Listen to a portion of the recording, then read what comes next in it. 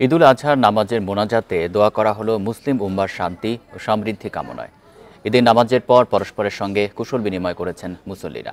ঈদের জামাতে কাঁধে কাঁধ মিলিয়ে নামাজ আদায় করেন সর্বস্তরের মানুষ। এখন জন্ম সনদ দিয়ে খোলো বিকাশ স্টুডেন্ট অ্যাকাউন্ট। নিজের বিকাশ নিজে কর। জাতীয় মসজিদ বায়তুল মোকাররমে ঈদের জামাতে নামাজ আদায় করতে রাজধানীর বিভিন্ন এলাকা থেকে জড়ো হন মুসল্লিরা। প্রতি বছরের মতো এবারও এখানে অনুষ্ঠিত হয় 5টি জামাত। প্রথম জামাত সকাল 7টায় এবং সর্বশেষ জামাত হয় পৌনে 11টায়।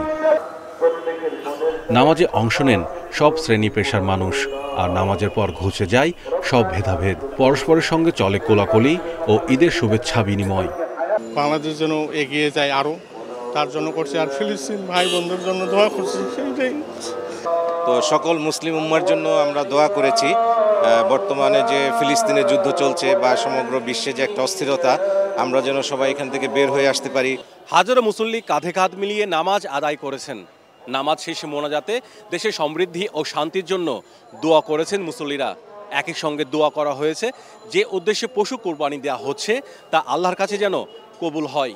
সবার জন্য দোয়া করছি, আল্লাহ সবাইকে যেন হেফাজত করে, সবাইকে যেন ভালো রাখে। আল্লাহর কাছে আমরা দোয়া করছি আল্লাহ যেন আমাদের এই ঈদকে কবুল করে নেয়, কুরবানিকে কবুল করে নেয়, নামাজকে কবুল করে নেয়। আমাদের বাংলাদেশের সমস্ত মানুষকে যেন আল্লাহ এই ত্যাগের মহিমায় আমাদের সকলকে যেন উদ্ভাসিত করে এবং আমাদের কোরবানি যেন আল্লাহ কবুল ও আমিন করেন। সংসদ ভবনের টানেলে ঈদের জামাত অনুষ্ঠিত হয় সকাল 8টায়।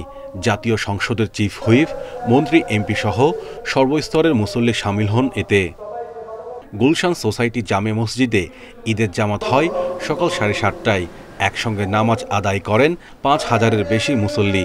এছাড়া গুলশান গাউসুল আজম জামে মসজিদেও অনুষ্ঠিত হয় ঈদের জামাত। Mahmudul Hasan, Independent News, Dhaka.